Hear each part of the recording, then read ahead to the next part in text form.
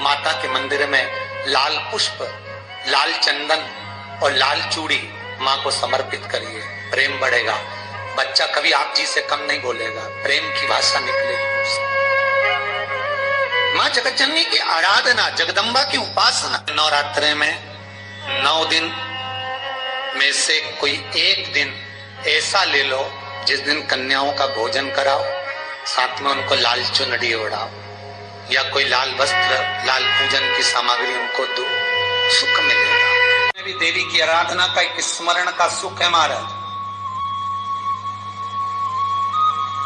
ज्योत का विधान है, नवरात्रि में देवी की ज्योत लगती है, अखंड ज्योति लगती है, जवारे बुआए जाते हैं, कलश लगता है। ज्योत का भी विधान है, जिसके यहाँ दिया अखंड जलाया जाता है, अगर वो दिए की लो, दिए की बाती अगर दक्षिण दिशा की होती है तो उसके घर में साल भर में एक घात जरूर होती है।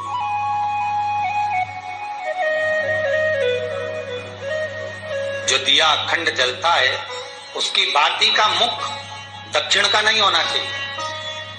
अगर आपने देवी भागवत का स्मरण करा हो, देवी भागवत को अगर सुना हो, तो देवी भागवत में स्पष्ट किया गया कि पूर्व की ओर मुख करा हुआ दिया, अर्थात पूर्व की ओर ज्योत जो जलाई जाती है वो संपदा की वृद्धि करती है।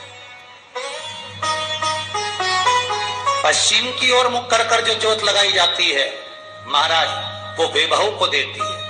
और उत्तर की ओर जो मुख कर कर ज्योत जलाई जाती है, उत्तर की ओर जो ज्योत का मुख रहता है वो आयु की वृद्धि करती है, घर में अकाल मौत को रोकती है।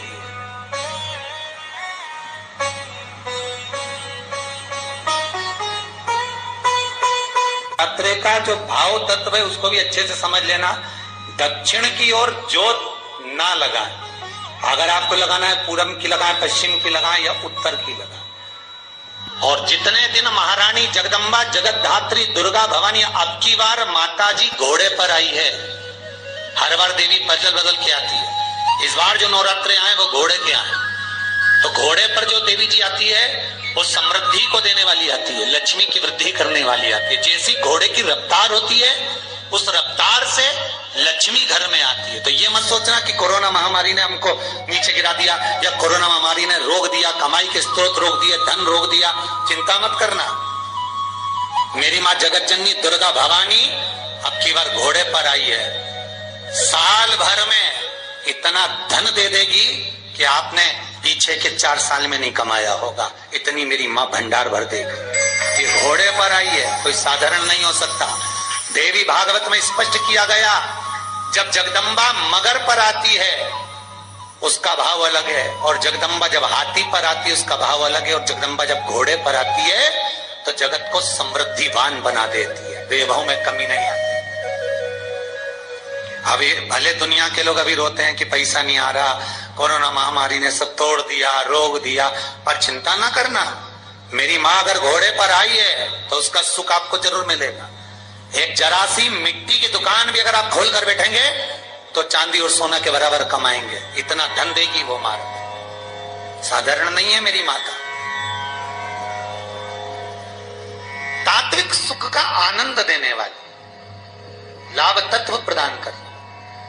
और नवरात्रि में भी अगर आपकी कोई कामना है, आपकी अगर इच्छा है, आपका मन है, तो जगतजननी की आराधना करो।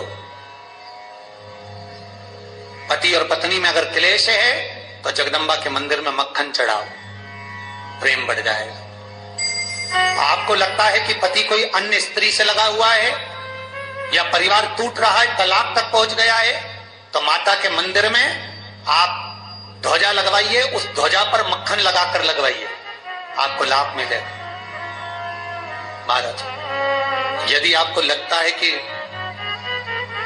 बच्चे बहुत ज्यादा अपशब्द बोल रहे हैं, मुंह चला रहे हैं और प्रेम नहीं रख रहे, तो माता के मंदिर में लाल पुष्प, लाल चंदन और लाल चूड़ी माँ को समर्पित करिए, प्रेम बढ़ेगा। बच्चा कभी आप जी से कम नहीं बोलेगा, प्रेम की भाषा निकलेगी। माँ जगतजननी की आराधना, जगदम्बा की उपासना। नवरात्रे में 9 दिन में से कोई एक दिन ऐसा ले लो जिस दिन कन्याओं का भोजन कराओ, साथ में उनको लाल चुनरी ओढ़ाओ या कोई लाल वस्त्र, लाल पूजन की सामग्री उनको दो, सुख मिलेगा, आनंद आएगा। सती कथा में कही थी कि नवरात्रे एकम से प्रारंभ नहीं होते, अरे अमावस्या की रात्रि से प्रारंभ हो जाते, इसलिए उसको कहते हैं नवरात्रे। क्योंकि नवमी के दिन माता जी का विसर्जन हो जाता है, जवारों का विसर्जन हो जाता है, व्रत करने वाले कन्या पूजन भोजन भंडारा कराकर विराम दे देते हैं। तो नवमी की रात्रि उसमें नहीं जुड़ा पाती, उसमें रात्रि अगर जुड़ती है तो ये अमावस्या की रात्रि से जुड़ना प्रारंभ होता है, तब जाकर वो नवरात्रि पूर्ण हो पाती है। पितृलोक में पितृ जैसे निवास होकर भी इंतजार करते हैं। 4 नवरात्रे हैं तो 4 ही श्राद्ध हैं। आज मौनी अमावस्या है, श्राद्ध का विराम हो जाता है और कथा अर्थात नवरात्रे प्रारंभ हो जाते हैं दूसरे दिन। तो यहाँ शास्त्र कह रहा है जैसे हमें प्रतीक्षा रहती है कोई अच्छे कार्य की, कि घर में कोई शुभ कार्य हो, घर में कोई अच्छा आयोजन हो तो अपने को आनंद होगा, प्रसन्नता होगी। उसी तरह हमारे जो पूर्वज चले गए, जो पूर्वज चाहे वो अधोगति में गए हों, चाहे वो देवगति में गए हों, चाहे वो पितृलोक में निवास कर रहे हों, तो जितने भी पितृलोक में निवास करने वाले पूर्वज होते हैं वो भी ये विचार करते हैं कि हमारे घर के वंश द्वारा, हमारे वंशजों द्वारा कोई ऐसा सत्कर्म हो जिससे हमारे जीवन की वितृप्ति हो और हमें आनंद की अनुभूति हो। और ध्यान दीजिएगा महाराज, आपको चैत्री नवरात्रि का स्मरण होगा, आपको शरदी नवरात्रि का स्मरण होगा, पर जो आषाढ़ में और माघ में जो नवरात्रे पढ़ते हैं इसका एक आनंद ही दूसरा रहता है। बस इतना जरूर होता है कि दुनिया के लोग वो जो 2 नवरात्रे होते हैं उसमें कलश की स्थापना भी करते हैं, देवी का पूजन भी करते हैं, अर्चना भी करते हैं, मंदिरों में भीड़ भी रहती है और खूब प्रेम से माता का जगराता वगैरह सब होता है। पर ये जो नवरात्रे हैं 2 गुप्त नवरात्रे, इनका लोगों को स्मरण नहीं था। वो तो धीरे धीरे ये टीवी चैनल के माध्यम से कथाकारों ने, वक्ताओं ने स्मरण कराना जब चालू करा, धीरे धीरे बताना, मार्गदर्शन करना जब चालू करा, तब लोगों को ज्ञात होता गया कि कोई गुप्त नवरात्रा भी होता है, उसमें भी देवी की आराधना होती है। ये 4 नवरात्रे अलग अलग अवस्था के हैं, अलग अलग सुख के हैं और अलग अलग आनंद के। आपके घर में पितृदोष है, आपको ऐसा महसूस होता है, तो किसी भी नवरात्रि के पहले जो अमावस्या पड़ती है, जिस दिन अमावस्या रहे उस दिन चावल की कटोरी में एक कपूर का टुकड़ा रख दीजिए, छोटा सा, और कपूर का टुकड़ा रखकर उस कपूर को दरवाजे के बाहर कटोरी में ही, चावल रखी हुई कटोरी में ही उसको पितरों का स्मरण कर कर जला दीजिए।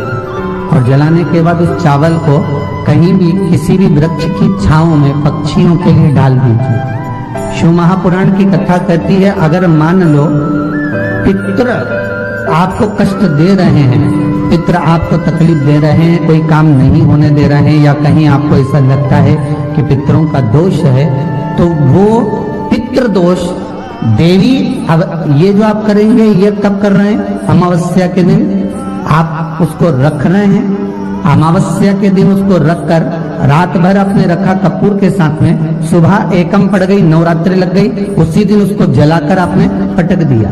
अर्थात उससे देवी और पितृ इन दोनों का आशीर्वाद जो प्राप्त होता है, तो घर में से पितृदोष समाप्त होकर लक्ष्मी की वृद्धि प्रारंभ हो जाती है, कार्य में सिद्धता आ जाती है। और नवरात्रि में भी देवी की आराधना का एक स्मरण का सुख है महाराज। ज्योत का विधान है, नवरात्रि में देवी की ज्योत लगती है, अखंड ज्योति लगती है, जवारे बुआए जाते हैं, कलश लगता है।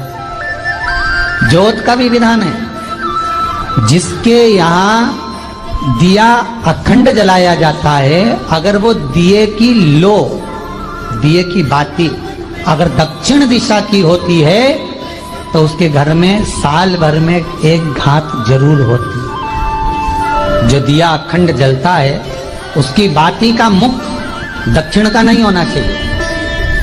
अगर आपने देवी भागवत का स्मरण करा हो, देवी भागवत को अगर सुना हो, तो देवी भागवत में स्पष्ट किया गया कि पूर्व की ओर मुख करा हुआ दिया, अर्थात पूर्व की ओर ज्योत जो जलाई जाती है वो संपदा की वृद्धि करती है।